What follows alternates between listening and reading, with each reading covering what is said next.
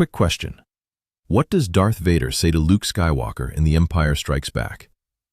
If you said, "Luke, I am your father," you are wrong. The actual line is, "No, I am your father." No name, just no. Go back and watch it. It's right there. It has always been right there. And yet almost every person on the planet remembers it with Luke's name in it, clearly, confidently, specifically. Here's another one. In Snow White, what does the evil queen say to her mirror? If you said, "Mirror, mirror on the wall," wrong again. It's "magic mirror on the wall." Always has been. Check the film. Check the original script. Magic mirror. Every time. And the Monopoly man. Picture him in your head right now. Does he have a monocle? He never had one. Not on a single card, box, or game piece. Ever. The monocle does not exist. It never existed.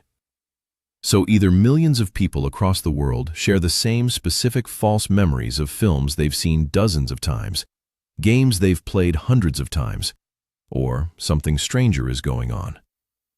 This is the Mandela Effect, named after Nelson Mandela, because a significant number of people distinctly remember him dying in prison in the 1980s.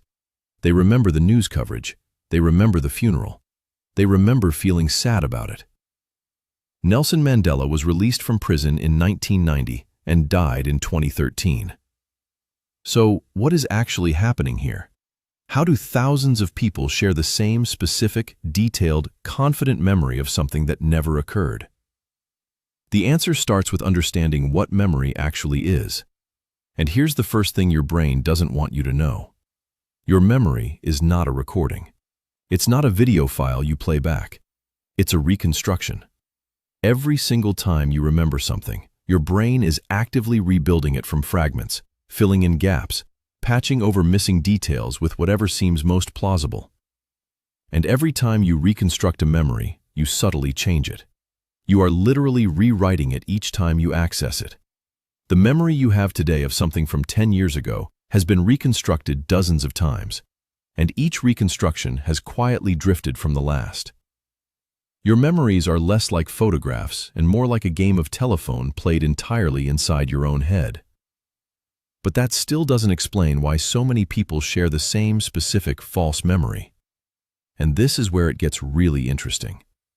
Memories don't just drift randomly. They drift toward patterns, toward what makes sense, toward what feels right. Luke, I am your father feels right, because naming the person you're speaking to is natural, dramatic, cinematic. Your brain, reconstructing a half-remembered line from a film you saw years ago, reaches for the version that feels most like how people actually talk, and fills it in confidently.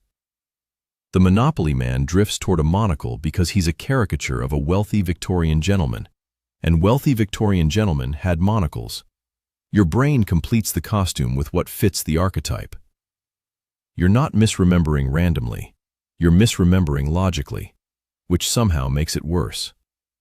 And when you grow up in a culture where everyone around you is making the same reconstruction, the same drift, reinforcing the same misremembering, the false memory becomes shared, collective. It feels like proof. But it isn't proof.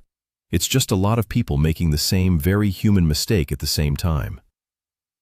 Now here's the version that genuinely unsettles people. This isn't just about movie quotes and board game characters. This same mechanism, confident, detailed, shared false memory, has sent innocent people to prison. Studies on eyewitness testimony have shown that memory is so malleable it can be altered by the phrasing of a single question. Ask someone how fast the cars were going when they smashed into each other, and they'll estimate higher speeds than if you ask how fast they were going when they contacted each other. Same accident, same witness, different word, different memory. People have confessed to crimes they didn't commit because they were eventually convinced their own memory was wrong. That's not a glitch. That's a feature of how human memory works. So here's the thought that should stay with you.